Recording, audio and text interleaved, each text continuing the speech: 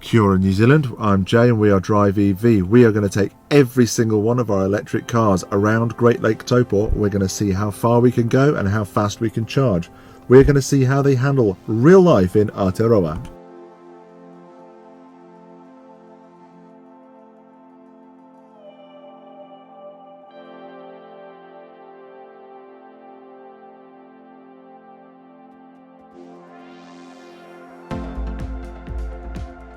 So we've done the Kinloch bit, we've done a little stop off to have a sandwich and take some nice aerial footage of the car. So we left with 250 kilometres of range, which dropped immediately to 217, driving in comfort rather than any of the eco modes.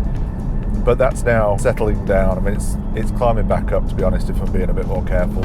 Driving at a steady 90, we're in level 3 at the moment, so I don't have that many options if I get this wrong. We're driving without AC on. It's 12 degrees outside and it's just nice and comfortable in the car anyway. There's a lot of glass in this car, so it's getting a lot of greenhouse effect, something we normally want to avoid, to be honest. Oh, so we charged to 94%. This one's fresh off the boat, so it's been sat during level 4 and the first week of level 3, so should be relatively COVID free.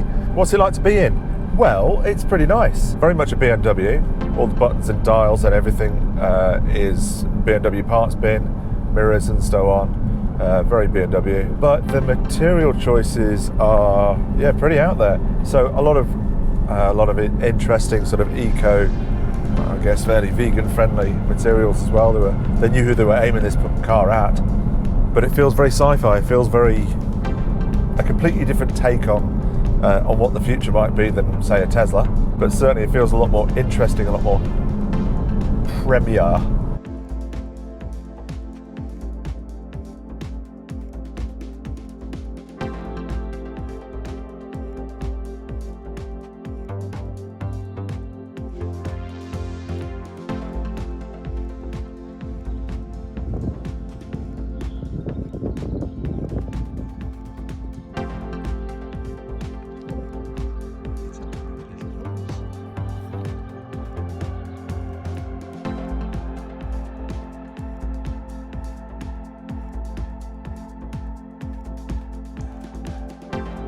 The interior's proper mad. Everything seems to be in the right place. It's typically German, but also untypically completely bonkers. The other mad things it's got, obviously the outside, it's got the teeny tiniest BMW grille I think we'll ever see again. It's got a adorable frunk, which is about big enough to put a pair of shoes in, but it does at least give you somewhere to store your wires. So on the outside you've got these teeny tiny grills, an absolutely adorable front, just big enough for all your EVSE and stuff, and the tallest and narrowest wheels that I've seen on a car. I've seen taller and narrower, but normally on my road bike. But bicycles are extremely efficient. Maybe that's where BMW got the idea from. Maybe that's where they got the tyres from. Let's have a little look around the interior of the i3. This particular one's got some lovely copper accenting across the centre of the dashboard. It's got fairly crazy materials used throughout. That's typically i3. We've got some nice recycled materials there, and it's a BMW, so it should be leather, right? But they're going to sell this to a lot of vegos and vegans, and we're not mad fans on leather, so very nice cloth seats. Adjustable with a little effort and commitment. It'll all come right in the edit. Shit. So you've got cup holders that you can put in different places should you wish. All the entertainment and information functions are handled through this guy down here, and all the buttons on the central screen. What's the coolest thing about the i3? It has to be, when you open the door, and you see all the carbon in the sills. Who doesn't love that? The entire thing is carbon fibre.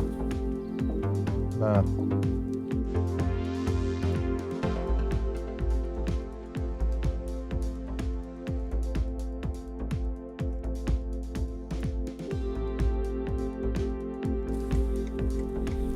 It's coming up on Turangi with 50.5% range. Remember, we only charged to 94, so we've used 44% of our range, no, 43.5. We call this the Ned test. Jay's 6'2", Ned's 6'4". If they can fit in the car together, chances are you will.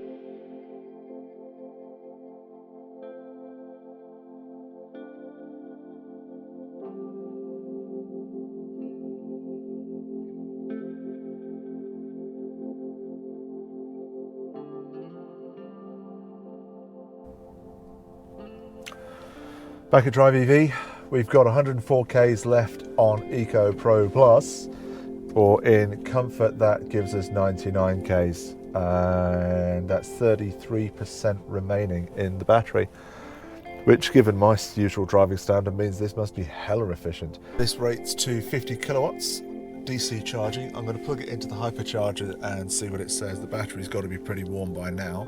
So we took it over to the hypercharger just to see if that was the truth, and it pulled 44.7, 44.8 kilowatts.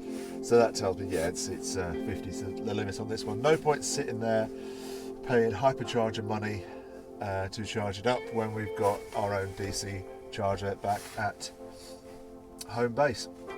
So she's plugged in now, and it's saying things I don't really recognise, but we'll see how long it takes to get back up to 80%. And that'll be that, really. Oh, we'll do a Ned test. We can't do a Ned test, so we have to alternate.